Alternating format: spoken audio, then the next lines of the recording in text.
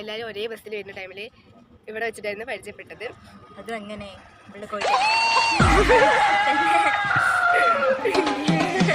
ഇപ്പോഴും ഞങ്ങൾ 9th തൊട്ടിട്ട് ഒരേ ബെഞ്ചിൽ ഒരേ ക്ലാസ്സിൽ